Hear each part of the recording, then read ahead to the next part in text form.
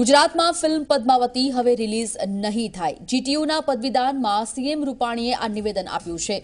પદ્માવતી ફિલ્મનો વિરોધ કરી રહી છે કરણી સેના. તેના કારણે આ ફિલ્મ જે ડિસેમ્બરમાં રિલીઝ થવાની હતી તેને પોસ્ટપોન કરવામાં આવી હતી. હવે જે પ્રકારનું નિવેદન સીએમ દ્વારા આપવામાં આવ્યું છે તેને જોતા પદવીદાન સમારોહમાં તે ઉપસ્થિત રહ્યા હતા ત્યારે જ આ નિવેદન આપ્યું હતું કે ગુજરાતમાં આ ફિલ્મની રિલીઝ અટકાવી દેવામાં આવી છે.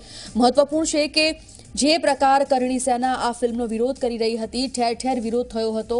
ચૂંટણી પહેલા, ઇલેક્શન પહેલા જ ગુજરાતમાં આ ફિલ્મને લઈને ભારે ચર્ચા જાગી હતી. તે જ વખતે આ ફિલ્મના રિલીઝ પર પોસ્ટપોન કરવાની વાતો આવી હતી અને પોસ્ટપોન પણ થઈ હતી. જોકે હવે જે મુદ્દો સામે આવ્યો છે તેને જોતા ગુજરાતમાં ફિલ્મ પદ્માવતી રિલીઝ નહીં થાય. જીટીયુના પદવીદાન સમારોહમાં સીએમ રૂપાણીએ નિવેદન આપ્યું છે કારણ કે પદ્માવતી ફિલ્મમાં કરણી સેના વિરોધ કરી રહી છે અને આ વિરોધને જોતા કોઈ પણ વાતાવરણ ડહોળાય નહીં તેના માટે કદાચ આ નિર્ણય લેવાયો હોઈ શકે.